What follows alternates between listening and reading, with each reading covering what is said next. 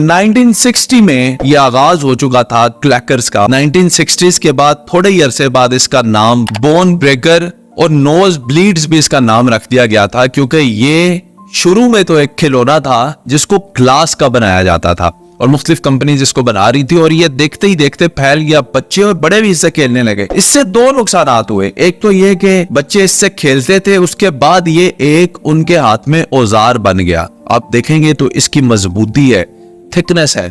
बाद में ये चलते फिरते औजार थे, बच्चे जब लड़ते थे एक दूसरे के सरों में मारते थे।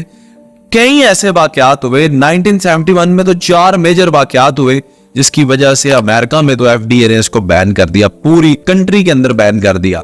तकरीबन 9 साल लगे पूरे मुल्क से इसको खत्म करने में। 1980 में आके मुकम्मल तौर पर खत्म हुआ। इसमें उनकी खुफिया एजेंसीज, पुलिस, टीचर्स, पेरेंट्स सब ने मिलकर साथ दिया।